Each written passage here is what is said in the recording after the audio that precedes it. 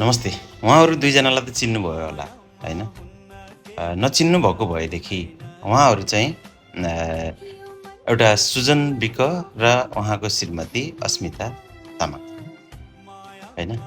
अस्मिता तामाङलाई डेलिभरी अथवा बच्चा जन्माउनको लागि बकुलटाँडीको हस्पिटलमा चाहिँ केही हप्ता अगाडि लिएर गयो सुजनले, होइन?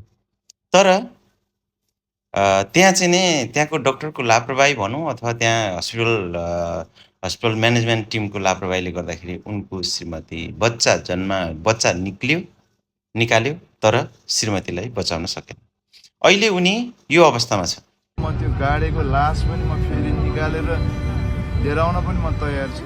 मानवता हराएको देशमा त्यो एउटा दया माया देख्नुभयो, उनले चाहिँ आफ्नो श्रीमतीको लागि न्याय माग्दै विरोध प्रदर्शन पनि गरे, सबै कुरा गरे, होइन? अहिले अनसन बसेको छ र बिचरा उहाँको अब यो दर्दनाक भिडियो हेरिहाल्नुभयो तपाईँहरूले, होइन? त्यो कारणले गर्दाखेरि अब अहिले न गभर्मेन्टले, न स्थानीय सरकारले, न राज्यको कुनै पनि संयन्त्रले उनलाई हेरेको छैन, होइन? यो यस्तो लापरवाही गर्ने हस्पिटलको के हुन्छ अब, होइन? सर्टिफिकेट हुन्छ अथवा प्रमाणपत्र हुन्छ, के हो? अथवा डक्टरको, होइन, एनएमसी नै उ गर्ने हो कि त के गर्ने? के गर्दाखेरि उनको माग पुरा उनले मागेको माग केही हदसम्म सुनवाई हुन्छ, त्यो गर्नतिर नेपाल गभर्मेन्ट अथवा स्थानीय सरकार जो कोही पनि लाग्नुपर्ने होइन र?